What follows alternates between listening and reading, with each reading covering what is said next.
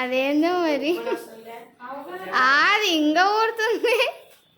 ఏం కారతలే నయం ఉండలేదు ఈరోజు. అది కూడా బెదురుకున్నట్టు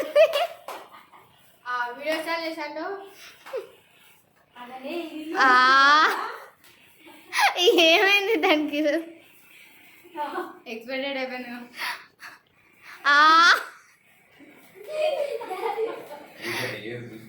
నైన్ అది ఇంటర్లేదు.